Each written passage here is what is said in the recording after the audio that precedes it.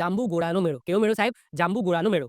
જાંબુઘોડાનો મેળો છે એક હાટ મેળો છે. હાટ મેળો ધેટ્સ મીન્સ કે શું? બજાર મેળો છે. જ્યાં આદિવાસી સમાજના લોકો છે એ ભેગા થાય છે. પોતે બનાવેલી જે વસ્તુઓ છે એનું વેચાણ થાય છે. જેને આપણે હાટ મેળો કહીએ છીએ. જેમ કે આપણે હાટ બજાર બોલતા આવીએ છીએ. તો હાટ શબ્દનો મતલબ શું થાય? બજાર. ઓકે. તો વાત કરીએ આપણે જાંબુઘોડાના મેળાની, તો પ્રાચીન કાળમાં જાંબુઘોડા પોતે એક રજવાડું હતું. જાંબુઘોડા તાલુકાનું મુખ્ય મથક છે. ઈસવીસન 1920 સુધી જાંબુઘોડા નામનું કોઈ ગામ હતું જ નહીં.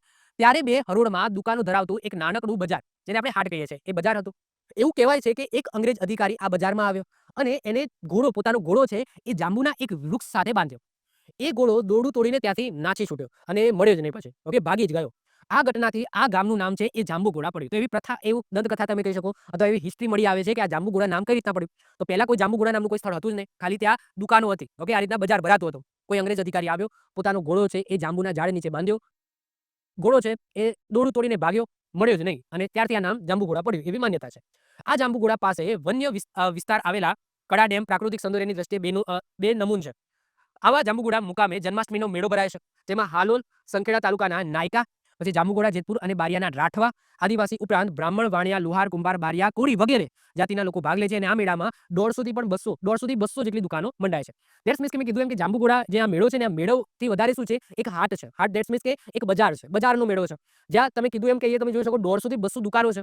જે આદિવાસી ભાઈઓ છે પોતે બનાવેલી, હાથથી બનાવેલી અથવા તો પોતે પરંપરાગત જે પણ વેપાર કરતા હોય તેવી વસ્તુઓની દુકાન અહીંયા ખોલે છે અને અહીંયા લે વેચ થાય છે. ટૂંકમાં અહીંયા આદિવાસી સમાજનો એક બજાર તમે કહી શકો આ જાંબુઘોડાનો મેળો છે.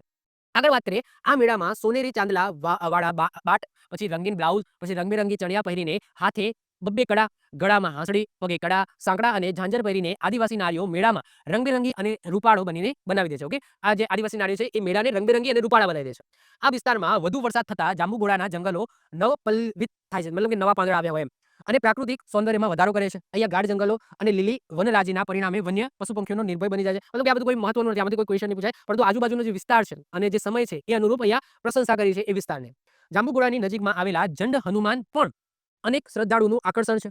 તો વળી જાંબુઘોડાના રાજવીઓનો મહેલ પણ હેરિટેજ પેલેસ તરીકે પ્રવાસનું એક આગવું મહત્વ ધરાવે છે. એટલે કે એ જ્યારે બધા આવે છે ત્યારે આ જંડ હનુમાન જે મંદિર છે તેની પણ મુલાકાત લે છે, અને જાંબુઘોડામાં જે મહેલ આવેલો છે એ જાંબુઘોડાના મહેલની પણ મુલાકાત લે છે. એવું અહીંયા લખેલું છે. બસ પણ એટલું યાદ રાખજો કે જાંબુઘોડાનો મેળો છે, આ મેળો કરતા એ વધારે વેપારનું કેન્દ્ર છે આદિવાસી સમાજની અંદર. આવી જ રીતના ઓછા સમયની અંદર મહત્વપૂર્ણ નોલેજ મેળવવા માટે અને મને સપોર્ટ કરવા માટે આજે જ આપણી યુટ્યુબ ચેનલ ટીચિંગ કિશન ક્લિપને સબસ્ક્રાઇબ કરો.